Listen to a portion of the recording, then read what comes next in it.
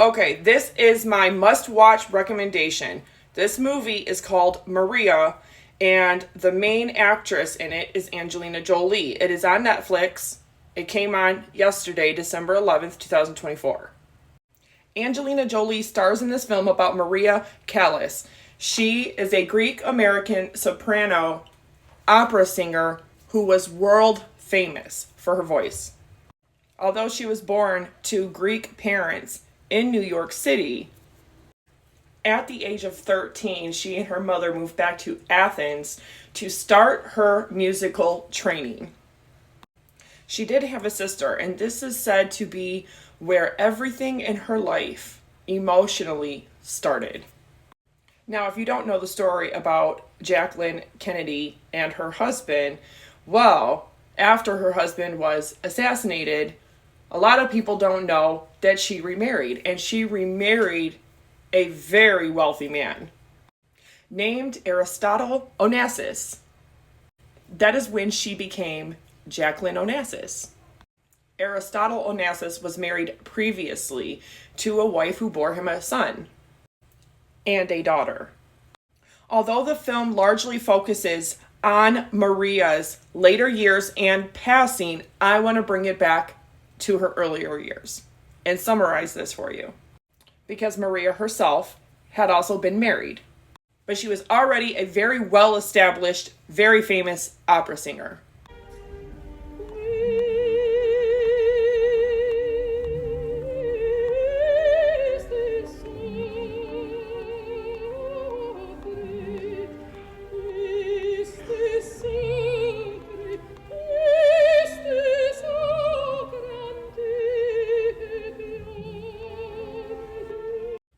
This is where scandal, mystery, and a secret love child all came into play. The moment that Aristotle Onassis seen Maria perform opera. He then threw her a lavish party where she and her husband were invited. And if you didn't know, Aristotle Onassis largely lived for many years on a $300 million yacht that he named Christina O after his daughter, with his first wife.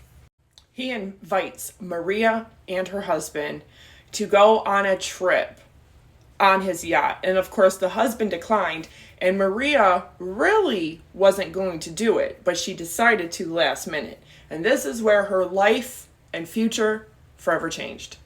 Because this is where her torrid, lifelong love affair with Aristotle Onassis began. To the devastation of Aristotle Onassis and Maria Callas, both of their first marriages had dissolved because of this affair. And they loved each other and were in each other's lives for the rest of their lives, even if inconsistent. This was the first time in her life that she was free to be herself, to be loved and liked, accepted for herself and who she really was, and not just this beautiful performer and this amazing talent and legendary voice. It is said that Maria prematurely gave birth to her and Aristotle's son, who passed away sadly 2 days later. He showered her with roses everywhere she went, everywhere she performed, everywhere she ate, and everywhere she stayed. Forever showering her with love, attention, and affection. And 10 toes down, she jumped right in and fell in love. And it was not for his billions of dollars.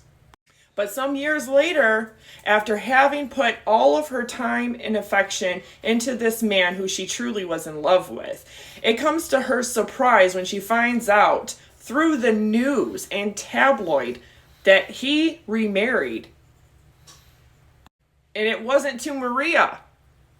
It was to none other than Jacqueline Kennedy, who, as you all know, her husband was the President of the United States of America when he was assassinated. And they had small children, too. Now, I don't have enough time in a 10-minute time span to get into all of the scandals and all of the controversy that surrounded Aristotle or Jackie or Maria or the three of them. But she still carried on an affair with him. It just was much different now that he had remarried for a second time to Jacqueline Kennedy. Her heart was shattered. Her world turned upside down because she had given years to this man, and even at the expense of her first marriage and his first marriage, and he never proposed to her. In fact, he started to become more distant, but he still showered her with letters, roses, attention, affection, which kept her reeled in, hoping that one day these two soulmates would be destined to be together. However, that's not how it played out. I couldn't have opened up this much or challenged myself this much without feeling supported and safe, because it was the hardest thing I've ever done. I thought I could sing like people sing in film, and you sing, you pretend to sing, or you sing a little. And it was very clear early on that I was going to... Now, because of this time constraint, I will just say, in the later years of Maria's life, she lost her voice. Now, there's a lot of speculation over stress, emotions, all of it physically, of what played a role in how she lost her voice. It is, in my own opinion, because allegedly she was a very heavy smoker, drinker, and prescription medication taker, that may have had a lasting effect on her voice. Right after her 50th birthday, on March 15th of 1975, Aristotle Onassis becomes very ill, and he is in a hospital in France, where it was said that he was actually in a coma for a while. He ends up passing due to respiratory failure. But before he passed, he had snuck Maria, still married to Jacqueline, snuck Maria in to see him, where he told her she is the real love of his life, always has been, always will be. Now, his son from his first wife had tragically passed away in an accident, which was a plane crash. And of this is especially sad because Jacqueline is the one who really urged her stepson to board that day. So, of course, Aristotle Onassis, he always planned to be buried next to his son, which is what he wanted after he endured this tragedy. As he lay dying, he tells Maria, hand in hand, that he is going to put a chair on the island of Scorpios, which he actually owned at the time.